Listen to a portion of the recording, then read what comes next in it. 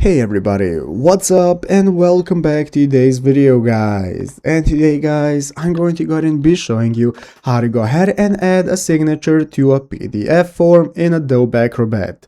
This is a very simple thing to do, so make sure to watch this quick and easy video till the very end, follow my steps correctly, so you can make sure that this works the same for you and you can do this yourself.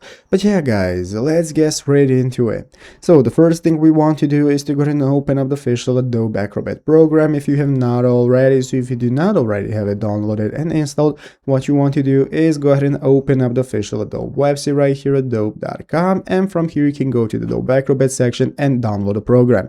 Once you've downloaded and installed it, this is going to be the home page that you're greeted by. Where at the top of the screen we are going to go and be able to take a look at the recommended tools section, which is great for taking a look at all the tools that are in the disposal for using Adobe. So from here we can go and follow this article right here on how to create and edit your Acrobat sign signature. So basically you're going to go and be creating a new signature. You're going to go to the tools section right here and then click fill in sign. This is going to be the option we're going to be using for editing our signature, and once you open it up, it's going to take you to the e-sign page. Here at the left side of the screen you can go ahead and get started with adding your signature, so you can fill and sign yourself. So as you can see, you're going to have the button to add a signature or to add your initials. So what you want to do is go and select the file that you want to add the signature to or your initials to, and once you do that, these options are going to appear. Then you can click on the buttons and get started adding your signature, drawing it out, uploading a picture, whatever you prefer, and then later on you can use this signature whenever you want. You go ahead and just edit your files quickly, and this is how it's done.